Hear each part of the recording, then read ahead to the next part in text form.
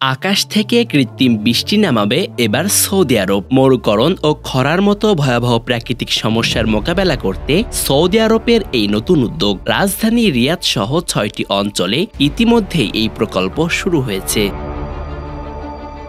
The Saudi regional cloud seeding program এর আওতায় প্রথম ধাপে রিয়াদ, কাসিম, হাইল, মক্কা, আল বাহা ও আসির অঞ্চলে কার্যক্রম চালু হয়েছে। এই কর্মসূচির মূল লক্ষ্য হল বৃষ্টিপাতের মাত্রা বৃদ্ধি, নতুন পানির উৎস তৈরি, জলবায়ুর পরিবর্তন ও মরুকরণের প্রভাব কমানো।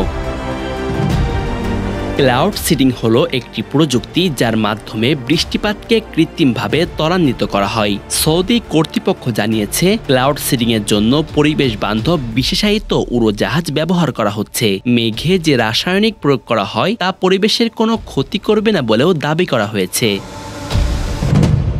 যুবরাজ ও প্রধানমন্ত্রী Mohammed bin Salman Middle East Green Summit এর অংশ হিসেবে কর্মসূচি ঘোষণা করেন। এটি সৌদির ভিশন 2030 পরিকল্পনার একটি অংশ। স্থানীয় সংবাদ মাধ্যম জানায়, প্রথম ধাপের কার্যক্রম ইতিমধ্যে রিয়াদ, হাইল ও কাসিম অঞ্চলে পরীক্ষামূলকভাবে কার্যক্রম শুরু হয়েছে।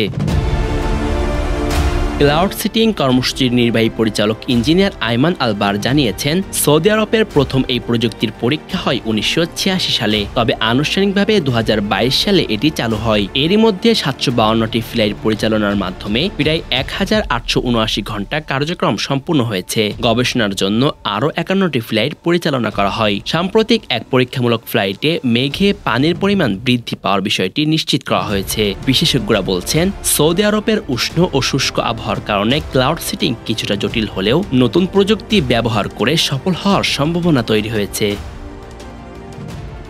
সৌদি আরবের এই উদ্যোগ শুধু খরা ও মরুকরণ মোকাবেলায় নয়, বরং টেকসই ভবিষ্যতের জন্যও এক গুরুত্বপূর্ণ পদক্ষেপ। ভিশন 2030-এর অংশ হিসেবে নেওয়া এই প্রকল্প দেশটির পরিবেশ, পানি ব্যবস্থাপনা ও জলবায়ু পরিবর্তনের লড়াইয়ে নতুন দিশা দেখাবে বলেও আশা করা যাচ্ছে।